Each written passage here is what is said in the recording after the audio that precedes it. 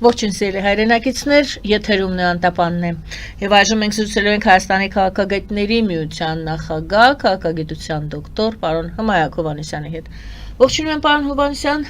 շատ շնորհակալ եմ, որ ընդունել եք հրավերը։ Ես էլ ձեզ եմ ողջունում, մեր ունկնդիրներին նաև սրտան շնորհավորում եմ ամանորվա արդիվ, իսկապես առիթ ունեմ ձեր շնորհիվ դիմելու մեր քաղաքացիներին, մեր հայրենակիցներին շնորհավորելով եւ ցանկանալով, որ հրեղեն ձիու տարին բերի հրեղեն հաջողություններ։ Բարի հաջողություններ։ Եվ հաջող։ Այո, իհարկե, որպեսզի լուսավոր տարի լինի։ Բարի։ Դե ավելորդ է հիշեցնել, բոլորս արդեն հասկացանք, որ 21-րդ դարի առաջի քառորդ 25 տարին արդեն մենք անցանք, արդեն երկրորդ քառորդի առաջին տարին է, 26-րդ տարին է։ Խորհրդանշական։ Ինչպես ենք մտնում այդ տարի, մենք դիտարկելու ենք աշխարհում ինչ է կատարվում, դե չենք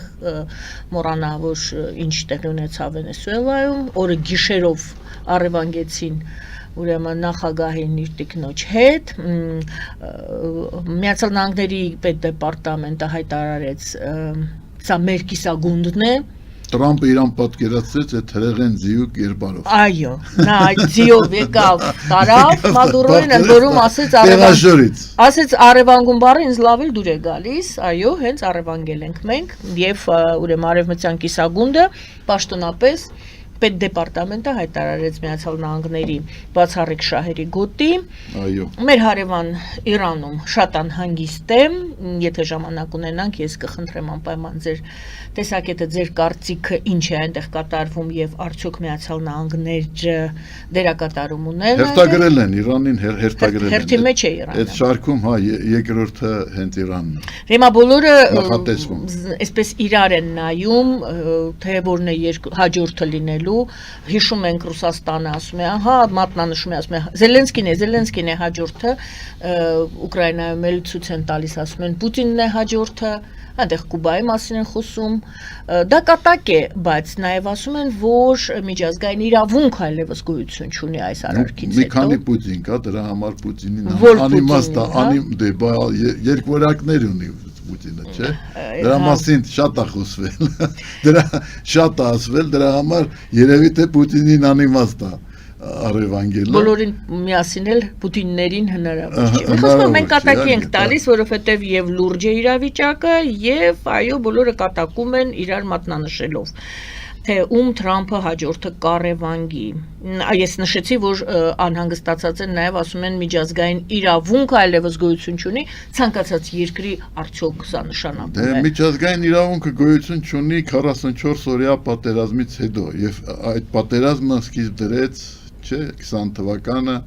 այնինչ տեղի ունեցավ հայերի հետ, ես ասեմ, որ որևէ մեկը դրա մասին չի խոսում, երևի թե ես հիմա պետք է դրա այդ փաստի վրա ուշադրությունը հրավիրեմ, սա էքսկլյուզիվ, այսպես ասած, փաստում է, որովհետև այսքան խոսում են, բայց մեկը չի ասել մինչև հիմա, կամ ուշադրություն չի դարձրել այն փաստի վրա, որ հետխորհրդային հակամարտություններից միայն այս հակամարտությունն էր, որ դարձել էր ուրեմն աշխարհի մեծերի ուշադրության առարկա, երբ որ ստեղծվել էր Մինսկի խումբ, երբ որ Մինսկի խումբը հատուկ այդ խնդիրը լուծելու համար, երբ որ Մինսկի խմբին փոխարինեց Մինսկի խմբի համանախագահության ինստիտուտը, որում մեջ ներգրավված էին անվտանգության խորհրդի մշտական 3 անդամները, Միացյալ Նահանգները, Ֆրանսիան եւ Ռուսաստանը, եւ սա եզակի փաստորեն իրավիճակ էր, երբ միջազգային հանրությունը ստանձնել էր արտակարգ լիազորություն արդար կերպով լուծելու այս խնդիրը, հարգելով Արցախայության ինքնորոշման իրավունք։ Եվ այնքան ապաշնոր գտնվեց Հայաստանի եւ Արցախի ռազմաքաղաքական ղեկավարությունը այդ 30 տարիների ընթացքում, ինչ ստեղծվել էր Մինսկի խումբը եւ Մինսկի խմբի համանախագահության ինստիտուտը, չկարողացավ օգտվել չկարողացավ այդ ինստիտուտից օգտվել եւ վերջում իր համաձայնությունը տվեց այդ ինստիտուտի լուծարման համար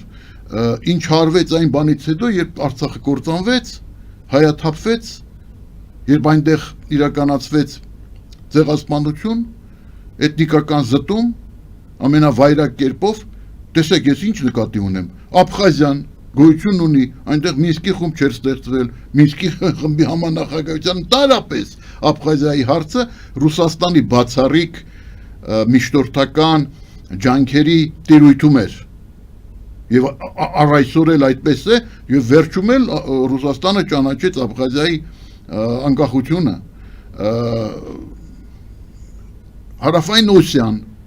Հարավային Օսիան այդ խնդիրը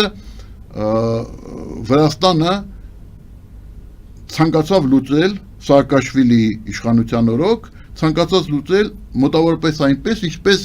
լուծեց հաջողությամբ իր համար Իլխամ Ալիևը Արցախի հիմնահարցը Դա կարևոր հարց է բայց հարավային Օսիայի դեպքում նույնպես դա չհաջողվեց չնայած չկար միջազգային միջնորդություն առայսօր էլ չկա իսկ այս հարցը փաստորեն այն հարցն էր որի վերաբերյալ հավասար պատասխանատվություն էին ստանձնել երեք գերտերությունները որի արդար լուծման համար օրինական լուծման համար ոչ թե ուժի միջոցով եւ ինչու եմ ես ասում որ դա այն Ռուբիկոնն էր որը միջազգային հանրությունը անցավ որը ուրեմն համաշխարհային աշխարհաքաղաքական կենտրոնները անցան իսկ միջազգային հանրությունը դա հանդուրժեց այսինքն դրան չհակադրվեց մենք մնացինք մենակ այն էլ ոչ թե երբ որ ասում եմ մենք նկատի ունենք իշխանություններին նկատի ունենք ժողովրդին որը անտեր վիճակում հայտնվեց բառի բուն իմաստով եւ դրանից սկսվեց աշխարհի գահավիժումը այդ դուք ասում եք առաջի քառորդը փակվեց 25 թվականով եւ մենք թեվակողեցինք երկրորդ քառորդը 21-րդ դարի թեվակողում ենք այ փաստորեն աշխարհը ընկղմեց այս բեսպրեդելի մեջ բառի բուն իմաստով այ բեսպրեդել այսինքն լիակատար ամենաթողություն անօրինականություն երբ որ օրենքը նետվում է մի կողմ դրա համար Իլխամ Ալիևը հայտարարում է ասում է այսօր ոչ մի հենց իր խոսքերն են իդեպ որ ես մեջ բերեցի նա գիտեք ինչ է ասում ձևակերպումն է հետաքրքիր ժամանակակից աշխարհում այլևս գոյություն չունի միջազգային իրավունք կոչվող բան թող բոլորը մոռանան դրա մասին կա ուժ կա համագործակցություն այն ինչ ինքը արեց կա դաշինք կա փոխադարձ աջակցություն ասում է Ալիևը վենեսուելյան իրադարձություններից հետո է նա դա ասում այո բայց դա կարող էր ասել անմիջապես արցախյան 44 օրյա պատերազմից հետո երբ որ ինքը ուժային ձևով լուծեց իմիջայլոց ասեմ ես միշտ շատ ուշադիր եմ վերաբերվում ոմանք փորձում են ասել որ Իլխամ Ալիևի խոսքերին ուշադրություն դարձնել կարիք չկա ես այդ կարծիքին չեմ ես շատ ուշադիր եմ վերաբերվում որտեղ նրա յուրաքանչյուր խոսքի հետևում կանգնած է պատրաստակամություն այդ խոսքի հետևից գնալ եւ այդ խոսքին համահունչ քայլեր կատարել եւ միշտ էլ դա արել է ինչ ասել է պատերազմ կսկսեմ ուրեմն պատերազմի միջոցով կլուծեմ Արցախյան հիմնահարցը եւ արել է դա ասել է որ եւ դրա համար ես ինչ ասել է այն որ երբ որ Արծրուն Հովհաննիսյանը ստեր էր տարածում հանրային հեռուստատեսությամբ մեր հարկատուներից հաշվին մեզ ստում էր Արծրուն Հովհաննիսյանը հիմա էլ պաշտոն զբաղեցնում պատվի մեջ է մեր կրկնում եմ հարկատուների ձերքից սնուցվելով մեզ խափում էր այդ նույն ժամանակ Իլխամ Ալիևը ասեց որ հադրուտը վերցրել են որ Շուշին վերցրել են, չէ՞։ Եվ այդ ամեն ինչը ճիշտ դուրս եկավ։ Դրա համար ես ասում եմ, եկեք ուրեմն մենք մեր հակառակորդներին հարգենք, որտեղ եթե չեմ ասում հարգենք, լուրջ ընդունենք։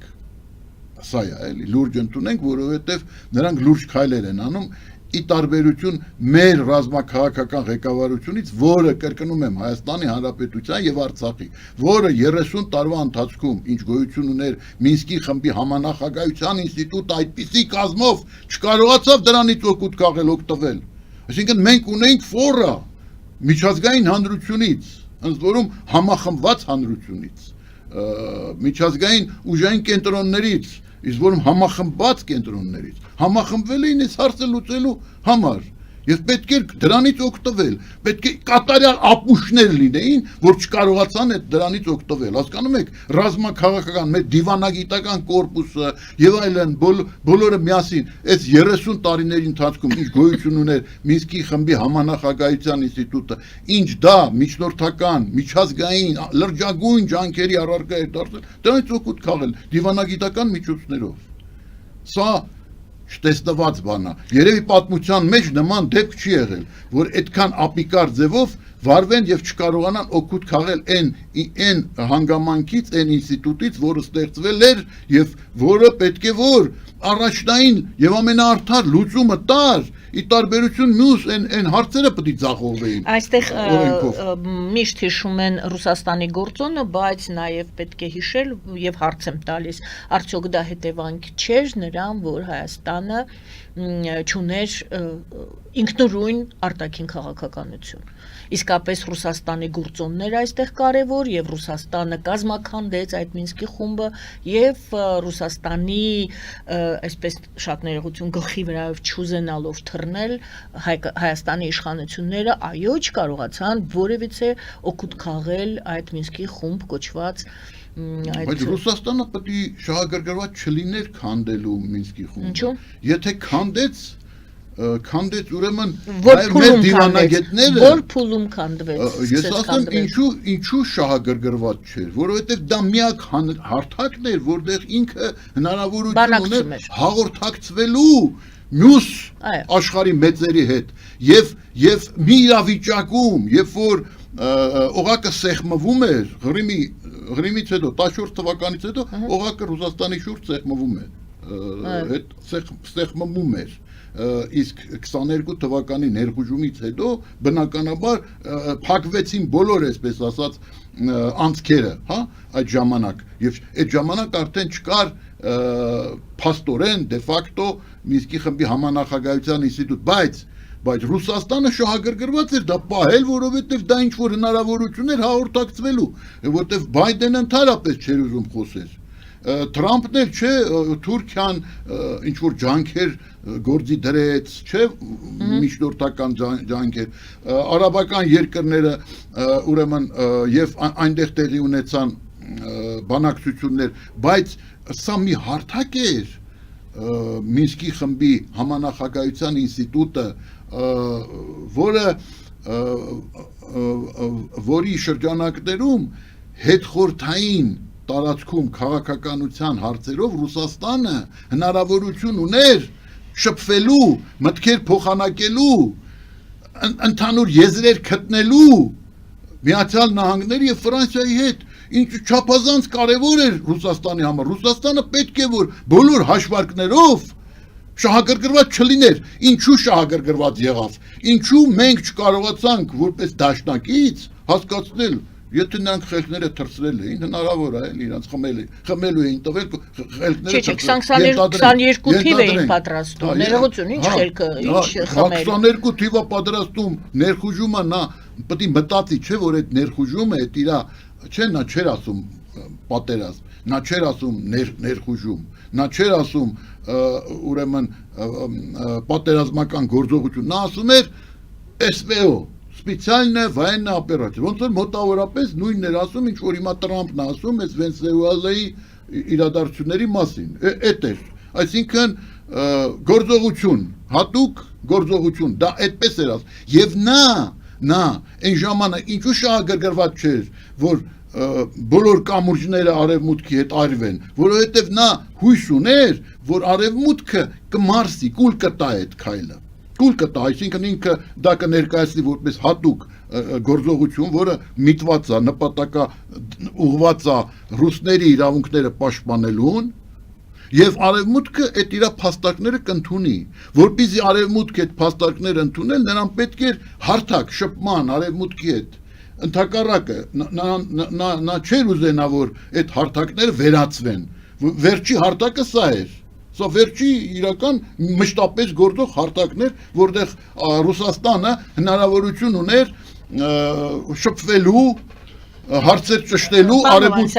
Ֆրանսիայի եւ Միացյալ Նահանգների հետ։ Եվ ինքը իր ճշտամին է, որ վերցներ դա քանդեր դա մի իրավիճակում, երբ որ ինքը շահագրգռված էր, կարիքներ զգում, ինքը կարիք ուներ այդ իր գործողությունները հրամցնել որպես այլընտրանք չունեցող, որ արդեն բանը հասել էր բանի եւ անհրաժեշտ էր ռուսների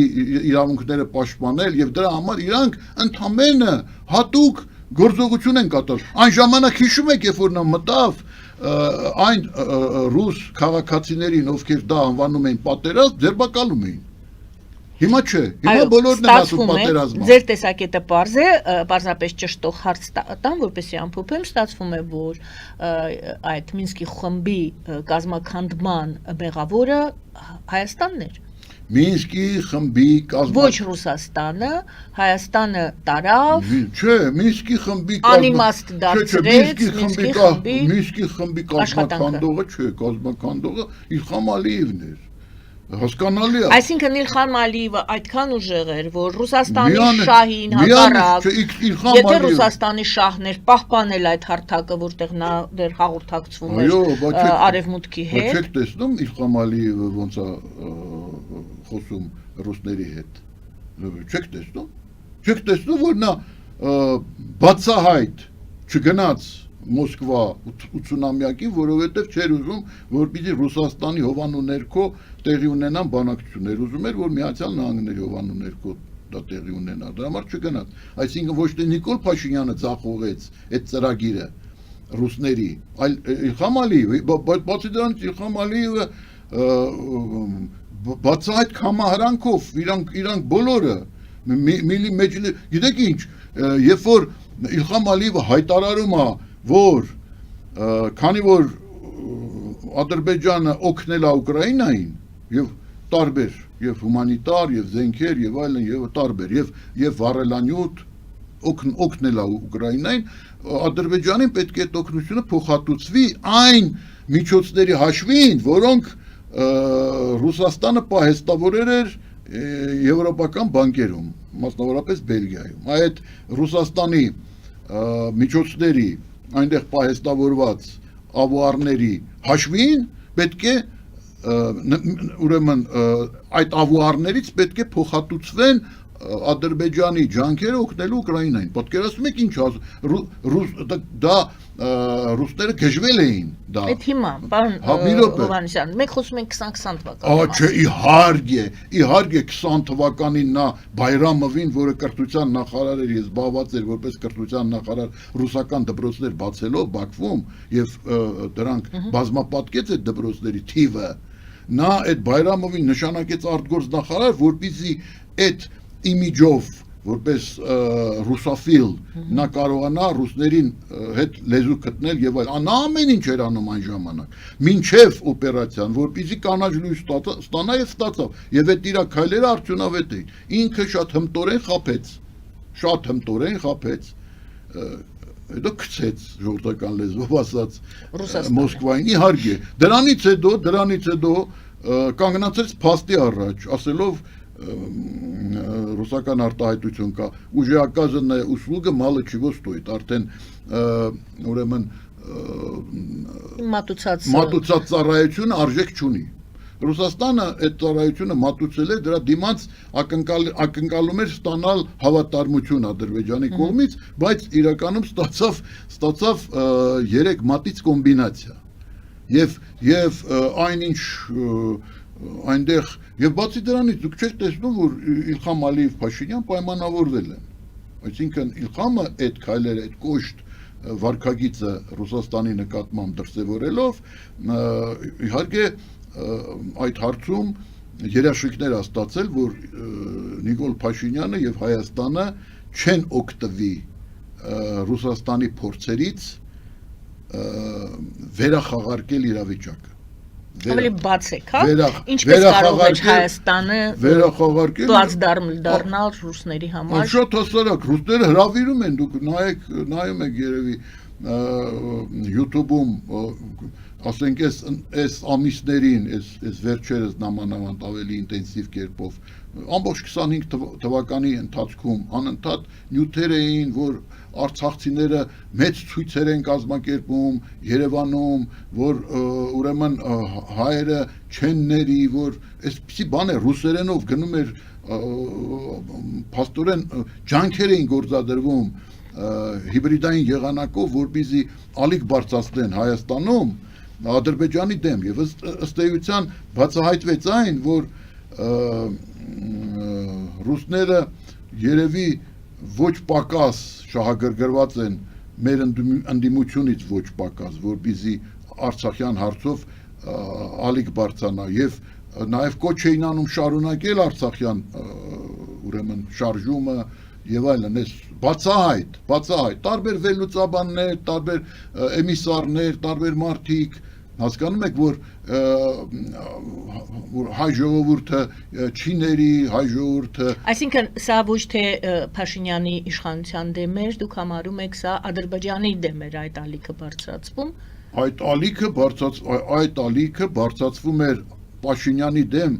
պաստոլկու Փաշինյանը պայման այնքանով որքանով, որ Փաշինյանը հասկանալի է, չէ, պայմանավորվել է Ալիևի հետ, որ փակի Ղարաբաղյան շարժման էջը։ Այդ չափով։ Իսկ փակել Ղարաբաղյան շարժման էջը ես իմ ելույթներում, նաև ռուսերեն ելույթներում, որպեսզի դա տեղ հասնի, իրանց էլ հասնի։ Քանից ասել եմ, չէ, որ հա մենք հայերս այսօր գիտակցում ենք, չէ, որ 250 տարի Ռուսաստանը ապահովել է իր ազդեցությունը, բացառիկ ազդեցությունը Կովկասյան տարածաշրջանում, ի շնորհիվ այն մեխանիզմի, որը ինքը կարողացել է ձևավորել եւ օգտագործել, այսինքն հայ-թուրքական հակամարտության մեխանիզմի, հայ-թուրքական, հայ-մահմեդական ուրեմն հակամարտության մեխանիզմի շնորհիվ, որովհետև եթե նրանք գիտեք ինչ, ամենասարսափելի Ռուսաստանի համար, գիտեք ինչն էր, ամենասարսափելի Ռուսաստանի համար, ինչը բացահայտվեց 25 թվականին ցայտուն կերպով, բայց մեր վերլուծաբանները դա մասին չեն խոսում, ես երևի էլի դուք խոսեք, ասեք, ինչ եք բան եմ ասում, թող լսեն նաև ունկնդիրները, ուրեմն այստեղ շատ պարզ մի բան երևաց, որ ռուսները այս մեխանիզմը կարևորելով սարսափելի ցնցումների մեջ են հայտնվել այն առումով, որ տեղի ունեցավ այն, ինչը իրենք չէին սպասում, որ տեղի կունենա, որ Հայաստանը սկսեց խոսել Ադրբեջանի եւ Թուրքիայի հետ առանց միջնորդների։ Հայաստանը Ադրբեջանի հետ սկսեց խոսել առանց միջնորդների, ընդհանրապես առանց միջնորդների։ Հասկանում եք, միջնորդական դերը դա այն լծակն էր, որը Ռուսաստանը օգտագործում էր, որ այն էլ այս իր համար դժվար իրավիճակում պահի իր ազդեցությունը հարավային Կովկասում, այդ միջնորդության լծակը։ Հիմա այդ միջնորդության լծակը ինքը կորցնում է, որովհետև Փաշինյանը հայտարարում է, որ մտադիր չի միջնորդությունից օգտվել Ռուսաստանի եւ ուղիղ է խոսելու Իլխամ Ալիևի հետ, Իլխամ Ալիևը նույնպես ողջունում է դա եւ պատրաստակամություն է հայտնում եւ վերջում էլ ստացվում է այնպես, որ Տրամպը առաջինը իմիջայլոց, հիշում եք այդ նկարը, այդ երբ որ օգոստոսի 8-ին Սպիտակ տանը օվալային կաբինետում ուրեմն ձերքի տվեցին, ձերքի տվեցին եւ ձեր սեղմումով արձանագրեցին հաջողությունը այդ ուրեմն բանակցությունների եւ այդ շփման Թրամփի հովանու ներքո առաջինը ով վեր կացավ եւ ձերքը մեկնեց Իլհամ Ալիևը եթե նայեք ուշադիր առաջինը նա է վեր կենում ձերքը մեկնում Փաշինյանը արձագանքում է Թրամփն էլ իր ձերքը դնում է վրան շատ խորհրդանշական կադր է դա երևի կադր կարելի ասել ուրեմն Դարի կադր իսկապես դարի կադր լավ եւ սա Ռուսաստանի համար շոկային իրավիճակ էր իսկ հետո երբ որ պարզվեց որ դա ամենևին էլ Թրամփի PR ակցիան չի այն ինչ որ ես էլի մեր զրույցների ժամանակ ասել եմ հարգելի Գայանե ասել եմ չէ որ սա ոչ թե Թրամփի մայրուղին է ոչ թե Թրամփի ծրագիրն է այլ սա Միացյալ Նահանգներ պետության ծրագիրն է որի սկիզբը 90-ական թվականներին էր 90-ական թվականներին այս ծրագրի մասին ես առաջի անգամ լսել եմ 90 թվականին Ժիրայր Լիպարիցյանից այ դուք կարող եք հրավիրել ակադեմիկոս Գևորգ Պողոսյանին իմ լավ ընկերոջը սոցիոլոգիական ասոցիացիայի նախագահ Փիլիսոփայության ինստիտուտի նախկին տնօրեն այո Փիլիսոփայության ինստիտուտի տնօրեն 90 թվականին նա փոխտնօրեն էր Փիլիսոփայության ինստիտուտի փոխտնօրեն էր տնօրեն Էկմալյանն էր ուրեմն նա ինձ տեղեկացրեց որ Ժիրայր Լիպարիցյանը ցանկություն ունի ինձ հետ հանդիպել զրուցել եւ հրավիրում է ինձ ճաշկերույթի Ժիրայր Լիպարիցյանը այն ժամանակ առաջի ամերիկացին էր դեռևս խորհրդային միության օրոք որը նշանակվել էր բարձր պաշտոնի խորհրդային հանրապետություններից մեկում կոնկրետ Հայաստանում այն ժամանակ ոչ մի հանրապետությունում 90 թիվներ գոյություն ուներ խորհրդային միությունը եւ Ժիրայր Լիպարիցյանը նշանակվել է վերլուծական կենտրոնի ղեկավար Չեն ժամանակ Գերագույն խորհուրդներ դեր նախագահական ընտրություններ չեն եղել Լևոն Տեր-Պետրոսյանը նախագահն էր արդեն Գերագույն խորհրդի իսկ ընտրվել էր նախագահ եւ առաջի քայլով Ժիրայր Լիպարիցյանին հրավիրել էր եւ նշանակել էր վերլուծական կենտրոնի ուրեմն նախագահությանը կից Գերագույն խորհրդի վերլուծական կենտրոնի ղեկավար Եվ ես էլ շատ էի գրում, բոլոր թերթերը իմ հոդվածներն էին, ես կարելի ասել այն ժամանակ միակ քաղաքագետն էի, որ իսկապես ինքեր ուներ ասելու, որ ինքը դա է, որտեղ Եվ Լիպարիցյանի Եվ Լիպարիցյանը հրավիրում էին բանի Պողոսյան Գևորգի միջոցով հրավիրում է Արարատ ռեստորան, գիտեք հրապարակի վրա, հրապարակում հին լավ Հիմա չկա հին լավ ռեստորան Նկուղային է հայտնի Նկուղային, այո, սքանչելի տեղ էր երևանցիներից համար Եվ այնտեղ ուրեմն ճաշկերույթի ժամանակ ասում է, որ առաջարկություն է անում, ասում է արի ինձ տեղակալ այդ վերլուծական կենտրոնում տեղակալ նշանակեմ Եվ նաև շարադրում է ծրագիրը, որ այս Ղարաբաղյան թեման, այս Ղարաբաղյան հարցը, այս Ղարաբաղյան էջը պետք է փակել նավթամուղները, գազամուղները, կոմունիկացիաները կանցնեն Մինչ պատերազմական շրջաններ 90 ասացիք Մինչ 91-ը Հա, մինչ պատերազմական շարժումը թափով 88-89 Այսինքն շարժումը հաղթել է որտեղ հաղթել է Ղարաբաղ կոմիտեն դարել է իշխանություն Լևոն Տեր-Պետրոսյանը զբաղեցրել է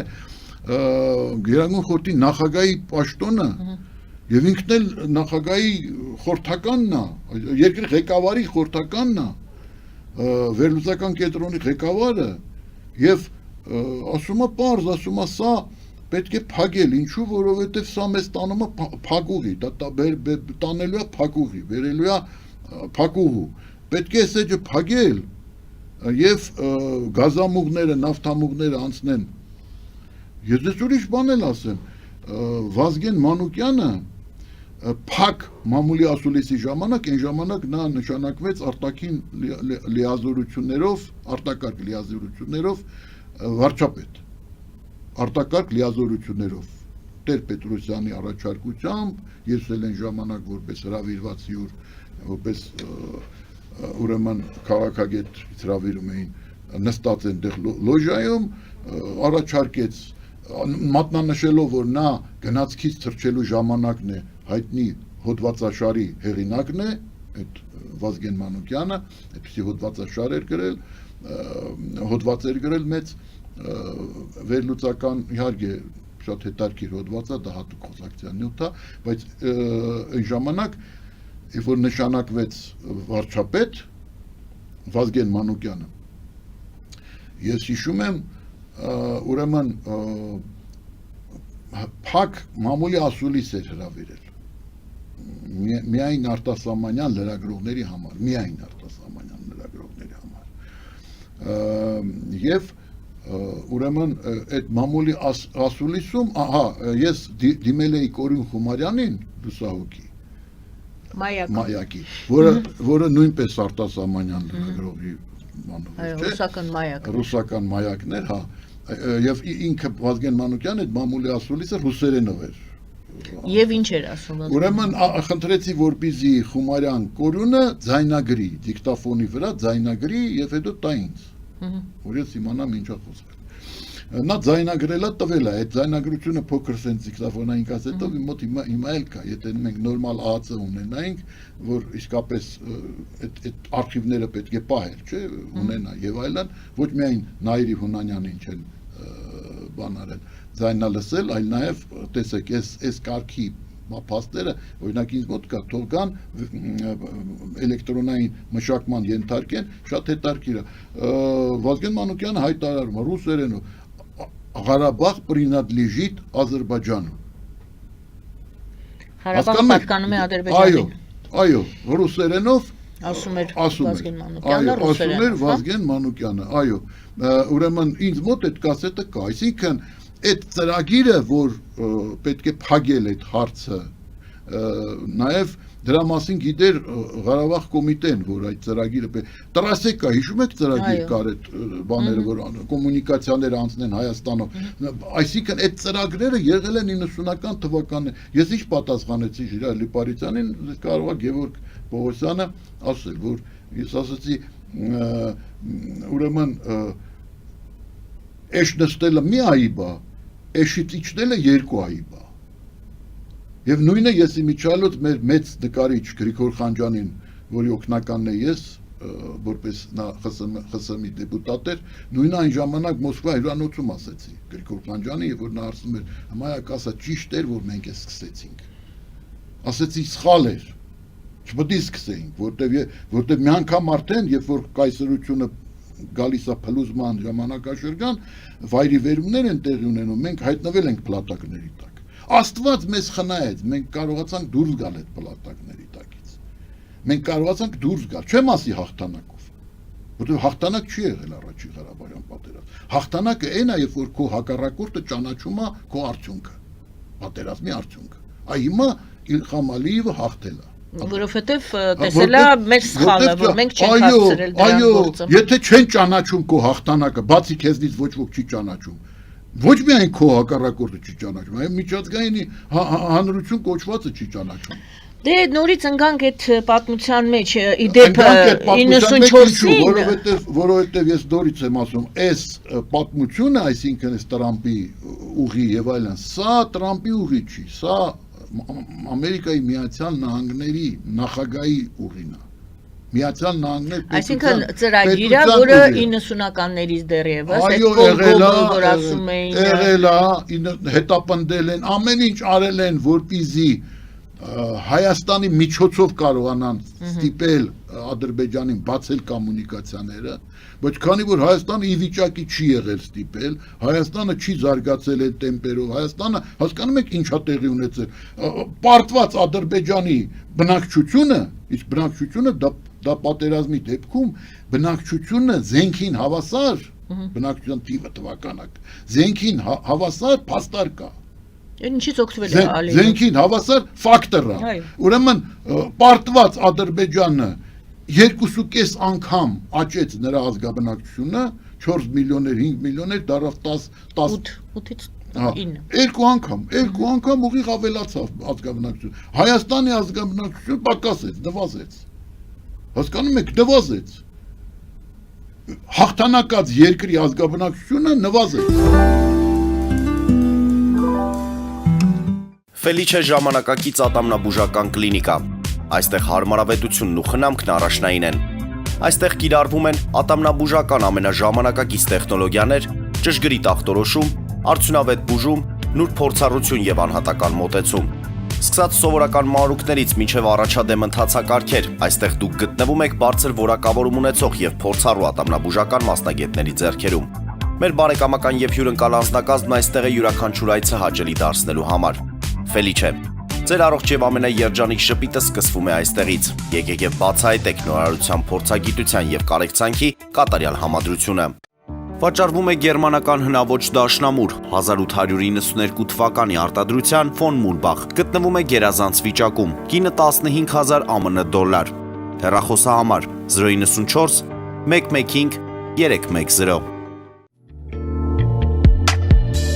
Երևան փոստը Գրանադա Հյուզում տեղեկացնում եմ։ Դրամական փոխանցումներ 1%-ով։ Օդանավով 1 փաունդը 2.99։ Նավով ուղարկեք 1 արկղ, երկրորդ արկղը անվճար։ Ավտոմեքենաների փոխադրում անհավատալի արժեքներով։ Ինչպես նաև կահույք եւ մեծ չափի բեռների փոխադրում։ Ջաքփաթ հագուստի խանութը երկրորդ մասնաճյուղն է բացել Գլենդելի սրտում, որտեղ կարող եք ձեռք բերել եվրոպական եւ ամերիկյան ընտիր հագուստեղեն, կոշկեղեն, աքսեսուարներ, պայուսակներ ամենահարմար արժեքներով։ Նաեւ կարող եք ցանկացած ապրանք պատվիրել եւ ձեռք բերել կարճ ժամանակում։ Ջաքփաթի Գլենդելի հասցեն է 1135 North Pacific Avenue, հեռախոս 818 813 2252։ Ջաքփաթ հագուստի լավագույն կենտրոնը Գլենդելում։ 60-ից ավելի ճանաչված եվրոպական բրենդների ինքնատիպ, չկրկնվող եւ մատչելի ընտրանին Fortuna Home and Country House խանութ սրահում։ Նորավոճ սպասք եւ կահույք հորեկա բնագավառի համար, տեքստիլ, տնտեսական ապրանքներ, ամեն ինչ գեղեցիկ կյանքի համար։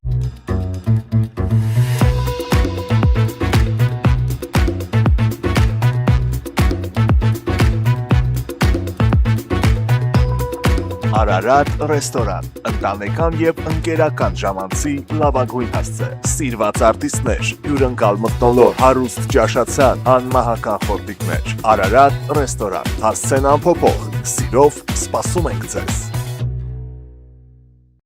Լավագույն պաղպաղակ, բնական, համեղ եւ մատչելի գներով պաղպաղակը կարող եք ձեռք բերել բոլոր հայկական խանութներում։ Պահանջեք հայկական պաղպաղակ, Թամարա պաղպաղակ։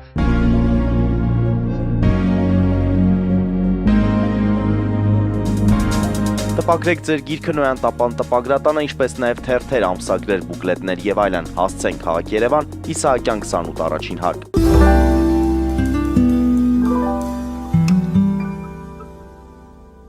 Դուք ասում եք, սա ամերիկյան ծրագիր է, պետք է նավթամուղերը եւ այլն անցնեն այս ճանապարհով, եւ սա Թրամփի նախագիծը չէ, այլ Միացյալ Նահանգների նախագիծը։ Այդ շարունակի։ Երբ որ տեսավ Ռուսաստանը, սկզբից հույսեր էին պայպայում, այստեղ նաեւ այստեղ մեր, այսպես ասած, 5-րդ շարասյուն են նրանց կոչում, ու այն ուժերը, որոնք բացահայտորեն ձայնակցում են, կրկնում են եւ փորձում են Հռոմի պապից ավելի կաթոլիկ Երևալ, Ռուսաստանի Մոսկվայի մոտեցումները այնտեղ էին հնչում գնահատականներ, որ սա Տրամպի բանն է, էլի քյալագյոզությունն է, Տրամպի քայլն է, որ ինքը ոգևորվել է, այդ ոգևորությունը կսառի եւ սրանով ամեն ինչ կվերջանա։ Ես այն ժամանակ ձեզ զրույցում մեր քննարկումների ընթացքում քանից ասել եմ, որ այդպես չի, սա իսկապես այդ ցույցատալի է իմ պատմածը, որտեղ Ժիրայր Լիպարիցյանը դա երևի ամենաիրազեկված արևմտյան քաղաքականության նպատակների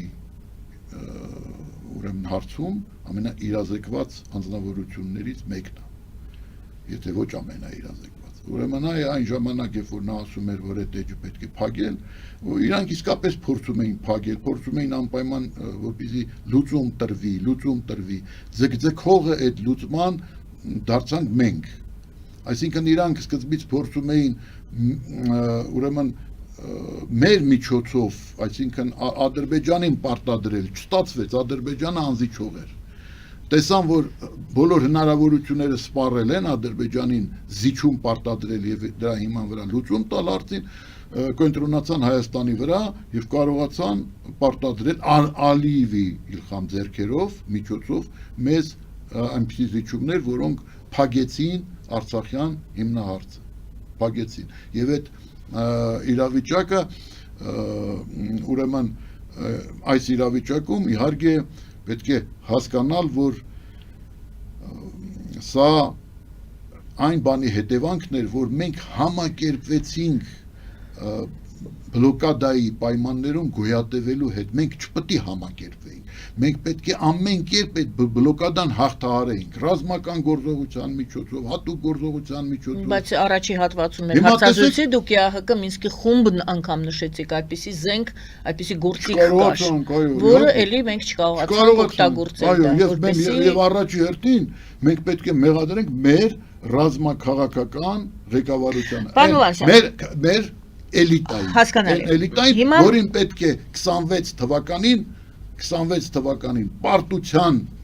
մատնել, որովհետև ուրիշ ճանապարհ չկա, այդ էլիտան է մեղավոր, այսօր ասել, որ Փաշինյանն, իրանք ձգտում են մի ինչ-որ քավության էլիտա ասելով դուք նկատի ունեք, քավության նոխազը Փաշինյանի էլիտա ասելով դուք նկատի ունեք բոլոր նախագահներին, հա, ոչ այո, իհարկե, ներկայիս իշխանություններին, այո, իհարկե, այսինքն մերժել եւ Փաշինյանին, եւ Սերժ Սարգսյանի թիմին, եւ Քոչարյանի թիմին, եւ եթե ուրեմն Լևոն Տեր-Պետրոսյանը իհարկե, որովհետև մեծ հաշվով իրանք ուրեմն տեսեք ինչ տեղի ունեցավ, մենք իրավունք չունեինք համակերպվել բլոկադայի հետ, ինչու, որովհետև բլոկադան չէր բխում աշխարհաքաղաքական կենտրոնների շահերից, աշխարհաքաղաքական կենտրոնները շահագրգռված են այս տարածաշրջանում բացել։ Մենք պիտի այդ շահագրգռվածությանը ընդառաջ գնայինք, բայց մենք չգնացինք ընդառաջ։ Դիմաց ես կասեմ Նիկոլ Փաշինյանը գնաց ընդառաջ Իլխամ Ալիևը։ Եվ դրա հաշվին կարողացավ ստանալ այս արդյունքը իր համար, նպաստավոր իր համար։ Դե նա համարում է, որ դա այո, իր նվաճումն է, Փաշինյանն էլ ասում է, սա իմ նվաճումն է։ Դա չենք մենք հիմա քննարկում։ Ձեր, այսպես ես երկու հարց տամ, դուք որից ուզում եք սկսեք։ Առաջինը դա այդ դեպքում Միացյալ Նահանգները, մենք Վենեսուելայի դեպքերը երևի թե շրջանցեցինք, քանի որ եկանք տարածաշրջան։ Միացյալ Նահանգների ծրագիրը Իրանի հետ կապված, տարածաշրջանի հետ կապված եւ Թրամփի ուղու հետ կապված, կարող ենք այդ մասին սկսել խոսել եւ զուգահեռաբար մենք կնայենք թե այնուամենայնիվ ինչ է անում Հայաստանը այս ընթացքում նախընտրական շրջան է եւ Նիկոլ Փաշինյանի այս ուխտագնացությունները եկեղեցու հետ կապված իր գործողությունները այս աշխարհաքաղաքական իրադարձությունների ուրեմն ֆոնին որից ուզում եք սկսեք, այ երկու ճյուղ տվեցի ես։ Ես գտնում եմ, որ մեկը իրանյան դեպքեր, Միացյալ Նահանգների նպատակները։ Ինչ վերաբերվում է Իրանի հետ կապված, ես դրա մասին գրել եմ իմ Facebook-յան էջում կա, ես այն տեսակետին եմ, որ այն փորձը, որը հղկվեց, գործադրվեց Վենեսուելայում, կիրառվելու է նաև Իրանի նկատմամբ։ Դա պատերազմը Իսրայելի հետ, պատերազմը ցույց տվեց, որ Իրանը ի վիճակի չի լինելու խուսափել նույնանման ճակատագրից։ Եթե իսկ դա արվելու է, արդեն հստակ հնչել է այդ գնահատականը, բացահայտ, որ եթե դուք ճնշեք, նաև դուրս է եկել ուրեմն իր թաքստոցից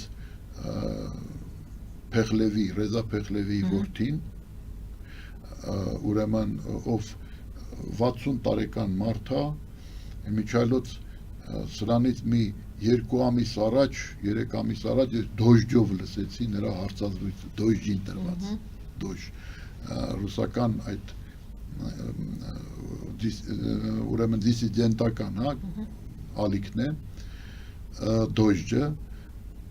եւ նա շատ, հա, այդ Իրանի շախի որդին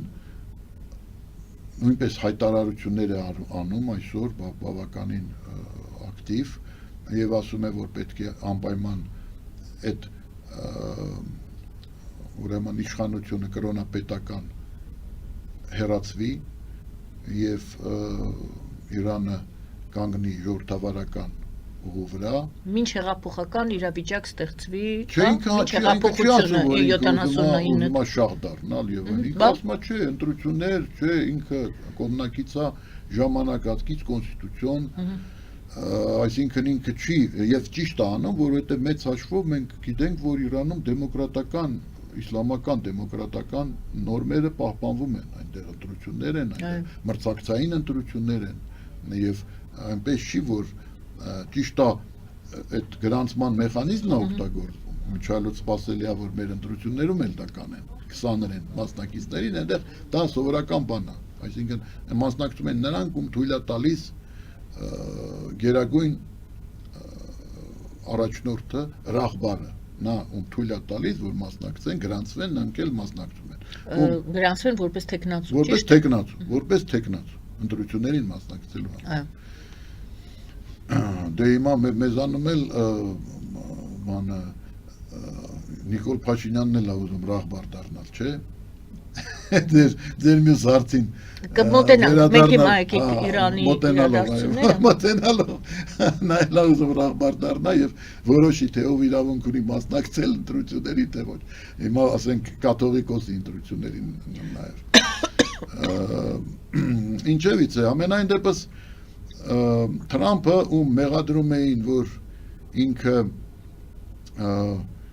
ուրեմն իզոլյացիոնիստ է, անտարբեր է, բայց տեսեք պատերազմ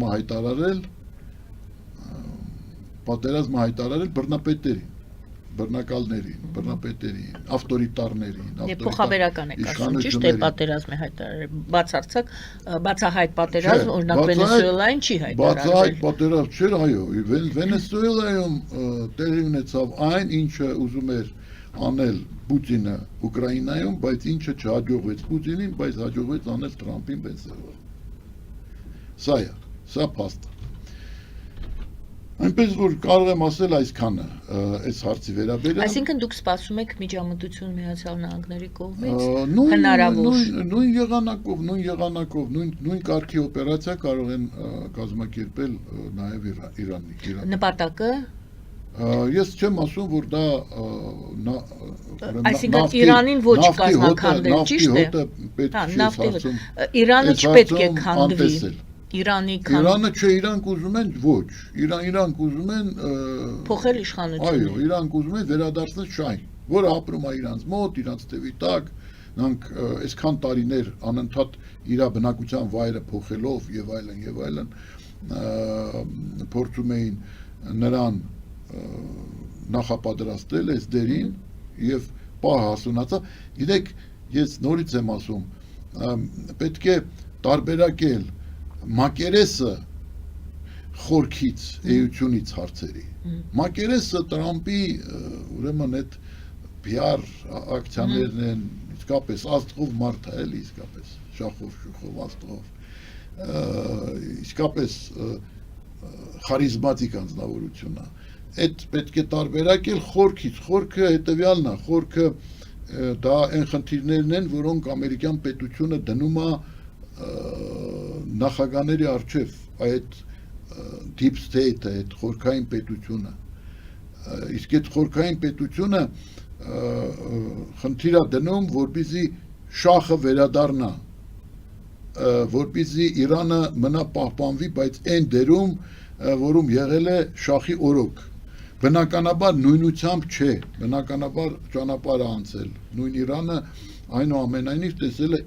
իսլամական դեմոկրատիայի իրանց, այսպես ասած, ընկալմամբ ուրեմն տեսել է դեմոկրատիայի պայմանները, որ այնուամենայնիվ ընտրություններ են, այնա 3 հայ ազգային իրենց խորհրդարանում մեջլիսում պատգամավոր են Ռուսաստանի գործոնը կարող ենք դիտարկել նույն Վենեսուելայի հետ կապված, Սիրիա, Վենեսուելա, հիմա Իրան։ Այո։ Ռուսաստան Հիմա տեսեք, մակերեսը ինչ է, մակերեսը այնա, որ Թրամփը ասում է, ես ասում է, պետք է կենտրոնանամ Միացյալ Նահանգների ներքին խնդիրների վրա։ Կիսագունդը իմն է։ Հա, այդ կիսագունդը իմն է, Մոնրոյի դոկտրին եւ այլն, սա խաղ է։ Իրականում այդ խորքային պետությունը այն գլխից այդ միջին ճանապարհն է նախատեսել, ուրեմն այդ միջին ճանապարհը, որը պետք է կապի կենտրոնական Ասիայի երկրները Եվրոպայի հետ, այդ ամեն ինչ աչքի առաջ ունեցել է, մշակել է այդ ծրագրերը եւ ունեցել է, իսկ Թրամփը դրանց իրականացնողն է, բայց իր յուրահատուկ ոճով ինքը ասենք ինչ որ շղարշ է ստեղծում, որ ինքը ուրեմն կենտրոնացած է Միացյալ Նահանգների շահերի վրա եւ ամենևին էլ նպատակ չունի համաշխարհային դեմոկրատիայի կամ արևմուտքի հաղթանակի ուրեմն բռնապետությունների նկատմամբ խնդիրը լուծել ինքը կենտրոնացած է Միացյալ Նահանգների շահերի վրա ժողովրդի, բայց իրականում այսօր ինքը ինչ ասում է Կուբայում էլ պետք է, այսինքն ինքը ասում է բոլոր գլոբալիստների կողմից դրված եւ նրանց կողմից չլուծված խնդիրները լուծել միանգամից, հասկանում եք, Կուբան էլ, Վենեսուելան էլ, Մեքսիկան էլ, Կոլումբիան էլ, պլյուս Սիրիան էլ, Իրանն էլ, հասկանում եք, բոլոր այդ խնդիրները միանգամից լուծել, ինքը այդ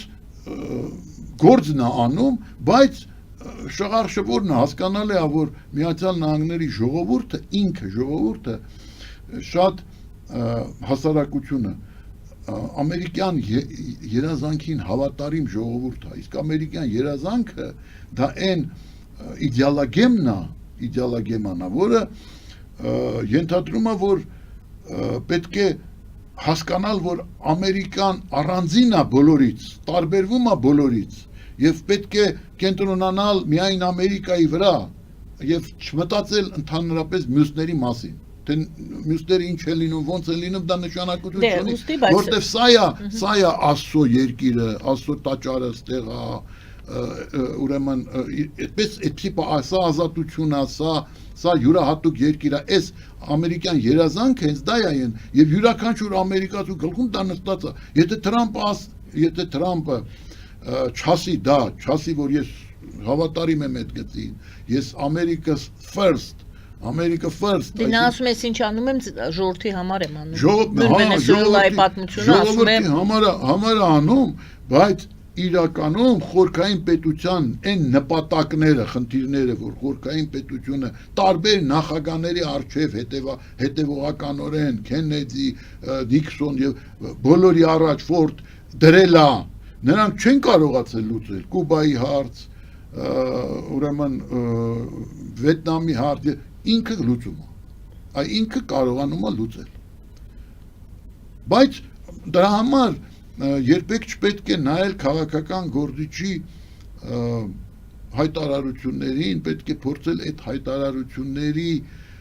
տակ վերծանել իմաստները, այն խորքային իմաստները, որ երբեմն այդ հայտարարությունները թաքցնում են, նպատակ ունեն թաքցնելու։ Այսինքն նկատի ունեք, որ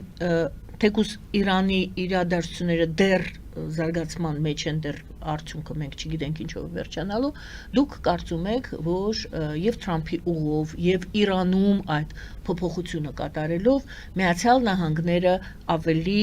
ամրապնդվելու են այստեղ, այս մեծ տարածաշրջանում, այո։ Այո, իհարկե, Միացյալ Նահանգները եւ դա իմիջայլոց այն է, որը ես դիտում եմ որպես մեզ համար չարյաց փոքրագույն, որտեղ մենք այսօր ի վիճակի չենք ապահովելու Սյունիքի անվտանգությունը։ Ի վիճակի չենք մեր ուժերով, մեր սեփական ուժերով, այդ վիճակում ենք մենք հայտնվել։ Եվ կարծում եք Միացյալ Նահանգները շահագրգռված են լինելու պաշտպանելու այդ ճանապարհը։ Իհարկե, որովհետև դա այն ճանապարհն է, այն բալանին է, որին տիրանալով իրանք ձեռք են բերում լուրջ արժեք եւ հնարավորություն իրանց ուզածի չափով մասնակից դարձնել այդ ճանապարհի շահարկմանը Ռուսաստանին, եթե համարեն կան ընդհանուր ինչ-որ եզրերի Ռուսաստանն էլ ձգտելու է ոչ թե հակադրվել դրան, որտեղ ի վիճակի չի լինելու հակադրվել, ի վիճակի չի լինելու, այլ ձգտելու է իր շահը գտնել այդ ընդհանուր դրվածքում, որի տերը, որի, այսպես ասած, ուրեմն ղեկը լինելու է Միացյալ Նահանգների ձեռքում։ Ինչ է անում Հայաստանի իշխանությունը այս ժամանակահատվածում։ Ինչով է զբաղված վարչապետը։ Վարչապետը զբաղված է ուրեմն փորձերով դառնալ այաթոլլա։ Դրանով է զբաղված, այսինքն վարչապետը զբաղված է իր կոնֆլիկտով, բայց չգիտես ծիծաղես թե լավ լինես, որովհետև հեղինակազրկվում է մեր հայ առաքելական Սուրբ եկեղեցին։ Հեղինակազրկվում է ինչու, որովհետև այդ տեսեք, ես երեք եղա Սուրբ ուրեմն ծննդյան պատարագի մասնակցեցի Սուրբ ծննդյան պատարագի երեք Կոնդի Սուրբ Հովհաննես եկեղեցու Սուրբ Հովհաննեսը իմ սուրբն է դրա համար այնտեղ գնացի այնտեղ եմ ես գնում միշտ այնտեղ եմ այցելում եւ նու իհարկե ինձ համար մի քիչ նաև տխուր էր որ այնտեղ Տեր Տիարը հեռացավ կյանքից անցյալ տարի դա իմ հոգեվորականն է մորս վերջի առարողություն ինքն է իրականացրել առաջի անգամ էի այնտեղ եւ այնպես ստացվեց որ ականատես դարձա թե ինչպես առաջի անգամ այս տարիների ընթացքում ես միշտ բոլոր այդ օրերը ամենանվիրական օրերն են Սուրբ Ծննդյան, Սուրբ Հարության օրերը պատարագները մասնակցել եմ առաջի անգամ ես ուրեմն այդ շոկը ապրեցի երբ որ ամանորյա ուղերձը վեհապար հայրապետի Գարեգին երկրորդի չընթերցվեց եւ ով էր պատարագի քահանան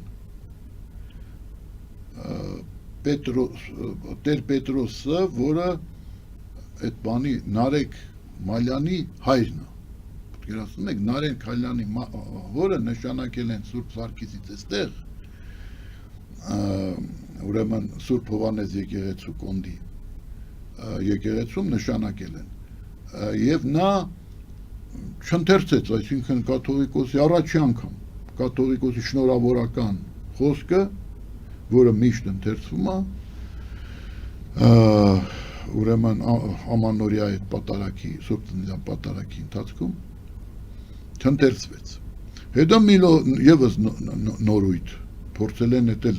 նորարարություն երբ որ ուրեմն երբ որ բաժանվում էր օրնված ջուրը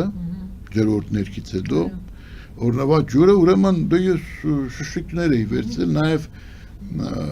ընկեր ունեմ, որը հիվանդ է, ծանր եւ ինքը դեղերը խմում է այդ ջրով, այդպես է։ Օրնված ջրով ինքը խնդրել էր նաեւ որ ես։ Այսինքն մի երեք շիշ էի վերցրել, շշիկներ։ Հա, դե նրան պետք է տայի էլի մեկը կար էլի տենց։ Դե հիմա դա ընդունված է, տալիս ես բան։ Ասեցին չէ, քավոր ենք նշանակել փոքր շշիկներով, այսպես, սմետանայի, անհարմարել է խմել դրանից, էլի, սմետանայի, ուրեմն, այս բանով, բերանով, սմետանայի շշիկի, սենց փոքր, մի 150 գրամանոց, 100 գրամանոց։ Ուրեմն սա քավոր է այդ արարողության բերել է այդ շշիկները դատարկ, միայն այդ շշիկներով եւ յուրաքանչյուրին մի հատ։ Յուրաքանչյուրին խստիվ եւ այլն եւ այլն։ Եվ ինչ-որ մթնոլորտ էր տիրում, լարված, պոլիցեյսկի մթնոլորտ, ոստիկանական մթնոլորտ, ինչ-որ անհասկանալի էլի, սովորաբար բոլորին էլ հասնում էր, ամեն տարի նույն ձևով է եղել, մարդ է եղել, որ խնդրել է երկու, հիմա չէ, Տեր Պետրոսը հայտարարում է, որ ով որ ուզում է երկու հատ ստանա այդ փոքր շշիկից, նորից հերթ կանգնի, երկրորդ կուրս։ Ինչու եք դա պատմում այդ։ Ես դա պատմում եմ, սա նորոգում է, հասկանում եք, իրանց նորոգումն է։ Իրանց նորոգումն, այսինքն մարդը եթե դիմում ասում է ինձ պետք է երկու հատ եւ ես շշիկ եմ բերել, ես հիվանդի համար տանում եմ։ Բայց դա կազմակերպչական հարց է։ Դա կազմակերպչական չի, սա մթնոլորտի փոփոխություն է։ Սա մթնոլորտի փոփոխություն է, կաթողիկոսիկ բանը չեն կարդում, ուրեմն այս իհարկե ահավոր բանը, եւ նաեւ այդ մանրունքները, երբ որ տեսնում ես, որ փոփոխություններ են անում, հասկանում եք, չէ, սա սուրբ ծնունդ է, սա ավանդույթ է, սա մարդիկ սովորել են, մոտենում են, խնդրում են, իրենց ընդառաջում են, եթե հիմա ես երկրորդ բան ասեմ, այ հոգևորականներ են, այս օրերին, այ հիմա ցույց տվեք մի հատ, ես խնդրեմ, ես տվել էի օպերատորին այդ նկարը, լուսանկարը, ուրեմն, ահա, այս մինուս 15 աստիճանը գիշերը, 17 մինչև 20 հասնում է գիշերը, այստեղ պարկած է մի մտավորական մարդ, որի որդին գնացել է կազինո, մի մտավորական, շատ լուրջ մտավորական ընտանիքից, իր հայրը ժողովրդական արտիստ է եղել, ես նույնիսկ անունը չեմ ուզում տամ, որովհետև տխուր է, ժողովրդական արտիստ է եղել, ինքը Ջոն Կիրակոսյանի կնոջ եղբայրն է, եւ ահա այստեղ պարկած է եւ օրերով, գիշերներով ոչ մի տես տուն չունի, որդին գնացել է կազինոյում, տարվել է եւ արդեն քանի տարի է այստեղ է ինքը, բայց եթե նախորդ տարիներին ձմեռը մեղմ էր հարաբերական առումով մեղմ էր, այս տարի սպանիչ է այդ ցուրտը, իսկապես սպանիչ է, եւ այս մարդը այս վիճակում այստեղ պարկած է, ուրեմն այդ ընթացքում ուրեմն երկրից վեհապարը եւ այդ վարչապետը հակամարտության մեջ են, ուրեմն երթեր են կազմակերպում, ես ինչ գիտեմ, նրան կողմնակիցները, սրանց կողմնակիցները, միտինգները, որևէ հոգևորական ես մայ, սա դու գնացել հարցրել եմ, որևէ հոգևորական, այս մարդու մասին, չէ կենտրոնում է սա կենտրոնում է Մարտիրոս Սարյանի արձանի հետևի շենքը, այսինքն այնտեղ որտեղ վերնիսաժա շաբաթ կիրակիները լինում այդ շենքն է եւ այնտեղ այս մարդը այսօր սարճում է ուղղակի մեր աչքի առաջ սա սարսափելի բան է, ոչ բժիշկ կա գալի այնտեղ հետարքրվի, ոչ սոցիալական ծառայություններն են հետարքրվում, որդին կազինոյում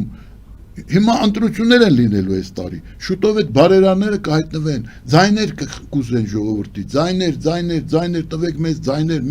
մենք այս բարեգործությունն ենք արել, այն բարեգործությունն ենք արել, այս ուրեմն բանին երգ չինենք, պոպ երգ չինենք, բնակարան տվել, մյուսին ենք տվել, այս մարդը հայտնվել է դժբախտ վիճակում, որովհետև տղան տարվել է կազինոյում, հիմա Ծառուկյան Գագիկը, որը կուսակցության նախագահ է եւ համատեղության կարգով նաեւ կազինոյի տերը, մեծ ամենահասկա կազինոն ինքը ունի, այդ կազինոյի զոհն է այս մարդը, այնտեղ պարկած է, ես իրան դիմում եմ, ասում եմ, լսի, Գագիկ Ծառուկյան, այդ քո կազինոյում իր տղեն խաղացել է, տարվել է, հետո ստիպված է եղել այս մարդը, որ տղուն փրկի հաշվեհարդարից, որտեղ չի վճարել, իսկ այդ կազինոները բոլորը քրեական հեղինակությունների, քրեական տարերի բուն են, ստիպված է եղել բնակարանը վաճառել, հայտնվել է փողոցում, անօգնական վիճակում, անտուն վիճակում եւ այսօր նրան մի հատ բնակարան տուր, այդքան շինարարություն է կանում բոլորով, առիթը բաց չեք թողնում ասելով, որ մեծ բարեգործություններ եք անում, մեծ բարեգործություններ, ամբողջ քաղաքը գիտի այս մարդու մասին, մեծ հաշվով փոքր կենտրոնի բնակիչները գիտեն, որտեվ արդեն որ երրորդ ձմեռն է, ինքը այդպես է գիշերում, այդտեղ ապրում է, ուրիշ տեղ չունի։ Հասկանում եք, մենք խոսում ենք արցախցիների մասին, որ հայտնվել են ծանր վիճակում, բայց ես արցախցի չեմ տեսել, որ պարկած լինի փողոցում։ Բնիկ երևանցի, այ Վիգենը անունով, բնիկ երևանցի, ժողովրդական արտիստի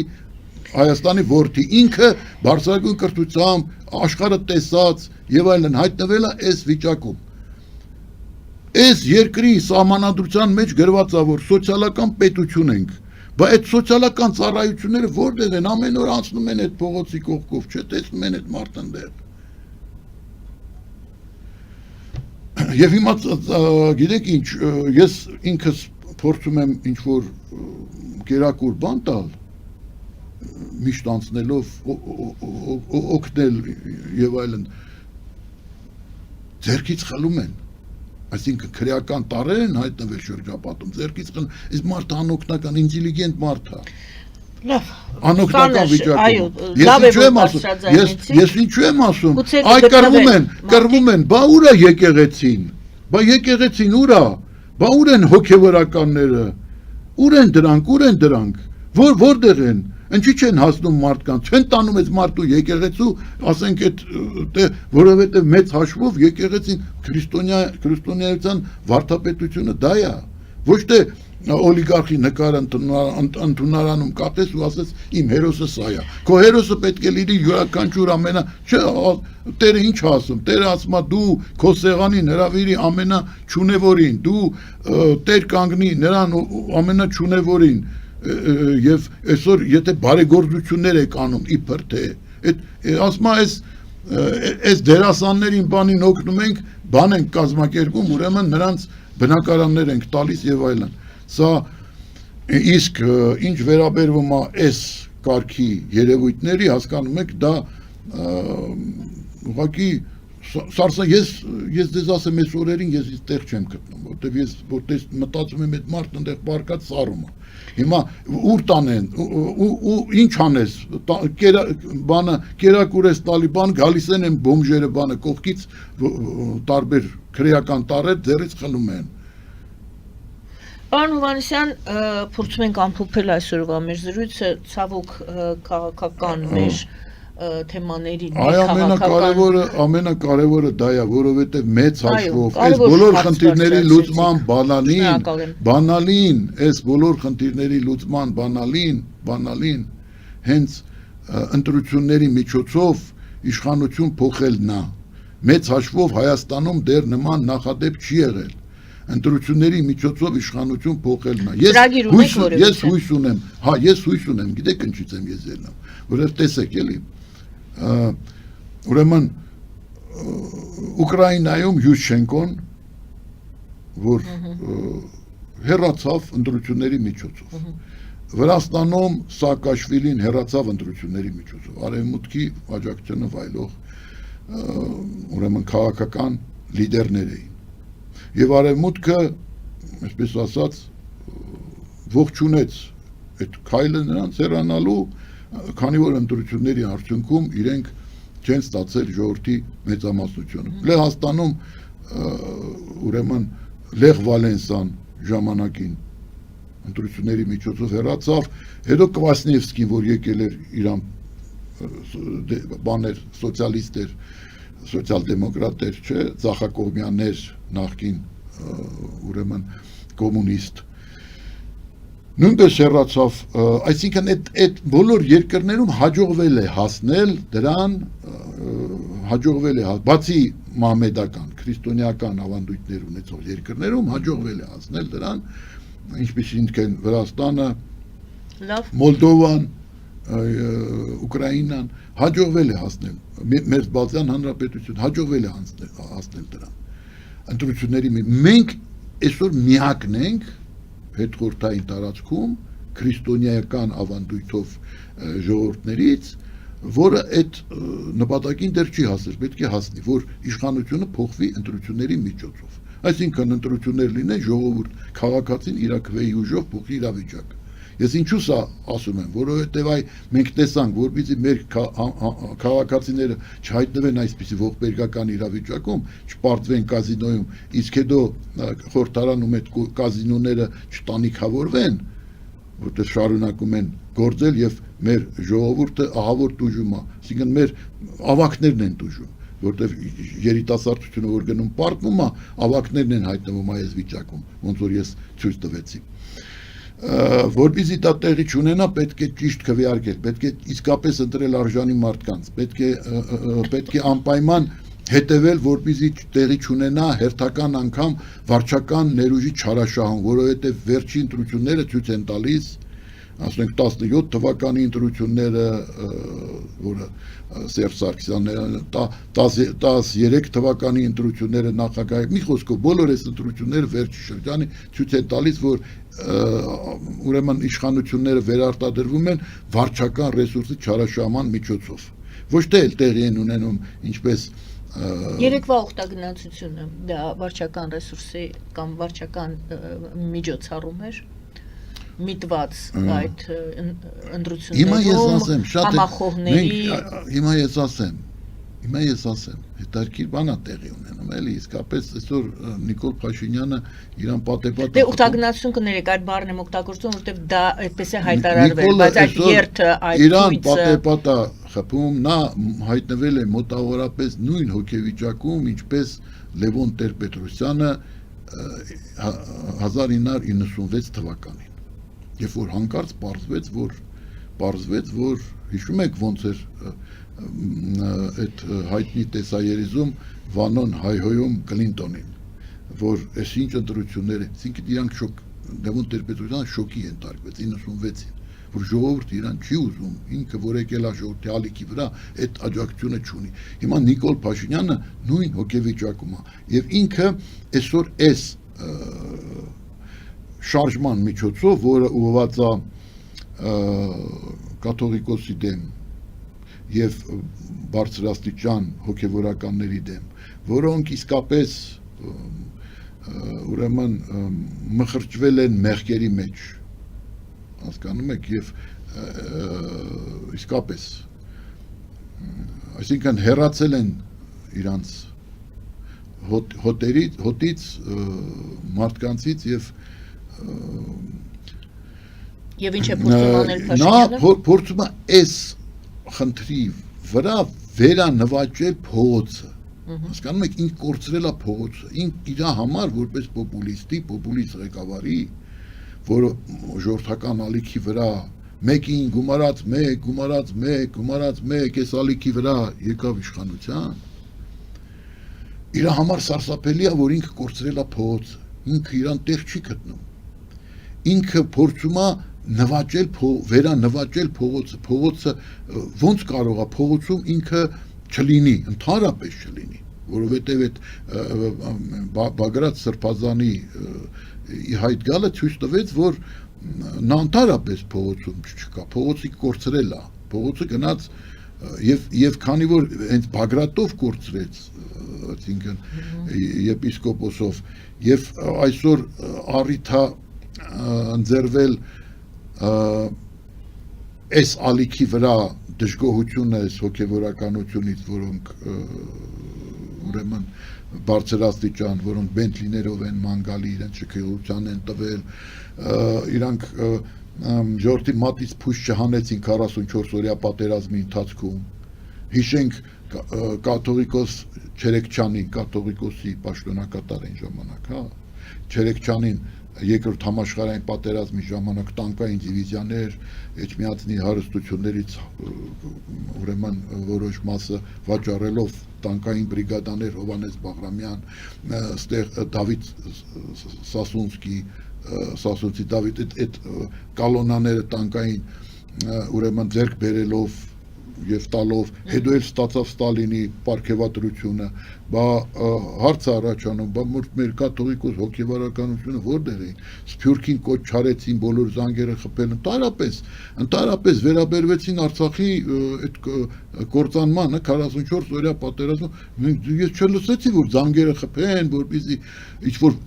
հոգևոր մթնոլորտ ստեղծեն, այս ամեն ինչը կա, մեր ժողովուրդը տեսել է այդ ամեն ինչը, գիտի եւ այլն։ Այս բացի դրանից ուրեմն մի խոսքով ես շարունակեմ, գիտեն մարտի 1-ը, գիտեն հոկտեմբերի 27-ը, գիտեն ամեն ինչ գիտեն։ Մարդիկ տեսել են եւ եկեղեցին ընդհանրապես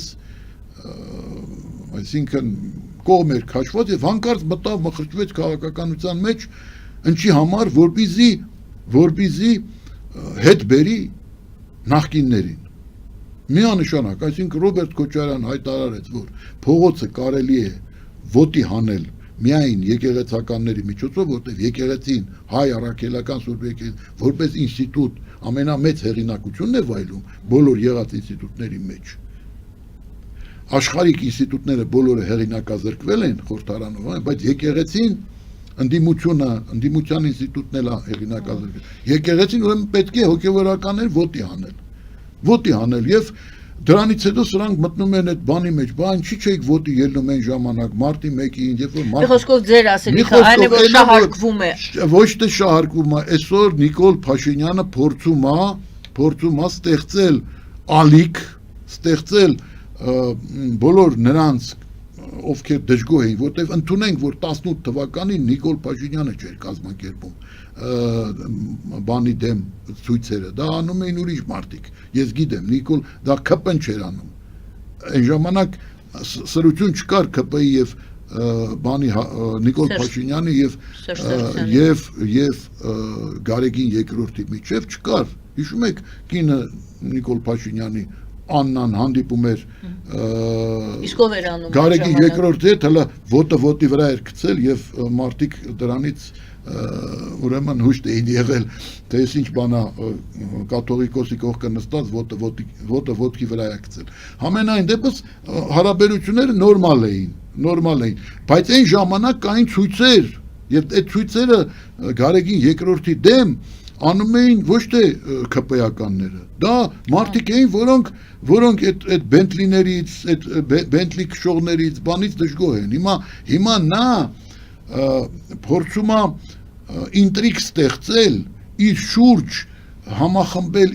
կողմնակիցների մոբիլիզացիոն իրավիճակ ստեղծել ընտրություններից առաջ, որտեղ փողոցը կորցրել է, վերանվաճել փողոցը, որպեսզի փողոցով ընտրություններին մասնակցի, ոչ միայն ադմինիստրատիվ ռեսուրսով։ Սա իր հաշվարկն է, ինքը միամիտ մարդ չի, Նիկոլը, ես նրան լավ եմ ճանաչում, գիտեմ, ինքը ճանապարհ անցել է, ինքը քաղաքական գործիչ է, ի տարբերություն իր շրջապատը մաղաքած մարդկանցից, ինքը քաղաքական գործիչ է, ինքը հաշվարկ գիտի, ինքը գիտի հոգեբանությունը, ինքը այդ ամեն ինչը զգում է եւ զգում է, որ սա իր համար շանս է վերանվաճելու փողոցի այն մասը, որը այս ամենից դժգոհ է եղել։ Ինչ է ստանում այդտեղից ժողովուրդը։ Ժողովուրդը ոչինչ չի ստանում, որովհետև ժողովուրդը կստանար, եթե մարդիկ զբաղվեին, այ ես ցույց տվեցի ինչ հարցերով, որ այսօր կան աղքատներ, աղքատության մակարդակը ծայրահեղ է, որ այսօր այդ կազինոները, ուրեմն մարդիկ հուսահատված գնում են, այդ կազինոները նարկոմանիայից ավելի մեծ վտանգ են ներկայացնում, բայց դրանք գործում են, շարունակում են գործել։ Եվ գործում են այս մթնոլորտում, այս իրավիճակում, որ ուրեմն բանկերը, եթե գրավ են դնում վերջի տանիքը, չէ, մարդը գրավադնում ստիպված, որպեսզի գնա կազինոյի փողը փակի, կամ իր անառակ զավակի կրված միջոցները փակի,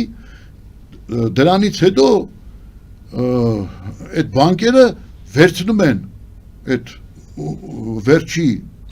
ունեցվածքը, վաճառում են ուրիշի եւ դրանով վերջանում է մեր հայտնի